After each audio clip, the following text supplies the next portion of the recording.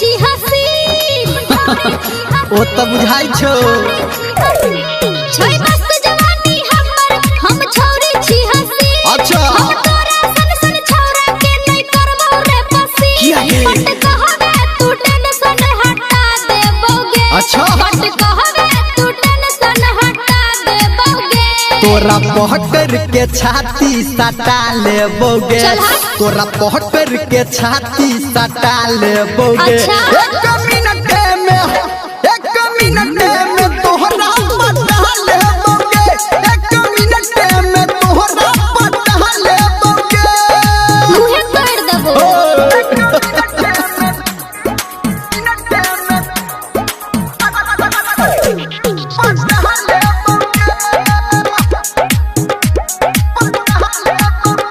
अभी आप सुन रहे हैं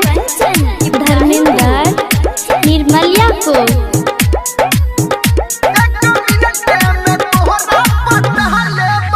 घर में चाउर नहीं काज है और नहीं करे छे खाली फुटानी तुरे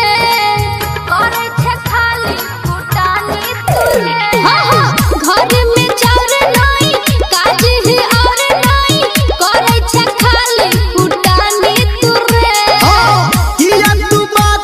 बनाबै छी गे हमरा तू झूठो गरियाबै छी गे रे बात कहबो त कहबे घटा देबोगे कहिया रे दे? सच कहबो त कहबे घटा देबोगे तोरा पहटर के पहचा सटा लेबोगे अच्छा। तोरा पहटर के पहचा सटा लेबोगे एक मिनट में तोहरा पटा लेबोगे एक मिनट में तोहरा पटा लेबोगे झूठ जो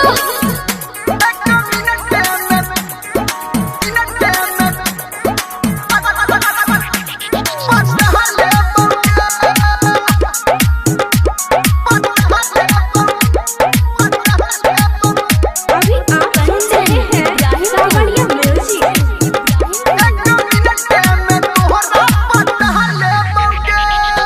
सुन धारा में निंदर हमरा अंदर तोहर कोनो सेटिंग नहीं छौ रे छौरा वो तो हम लागले छियो हाँ सुन धारा में निंदर हमरा अंदर तोहर कोनो सेटिंग नहीं छौ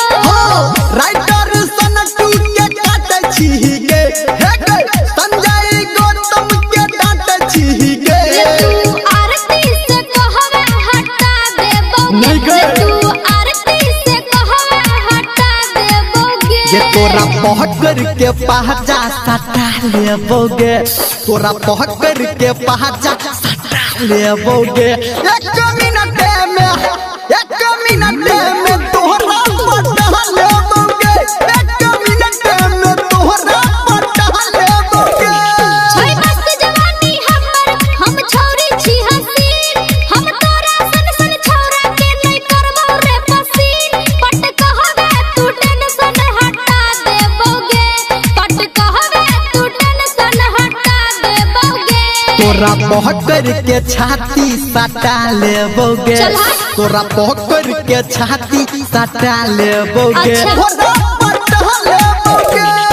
बुझली गे जा मुहे तोड़ देबो।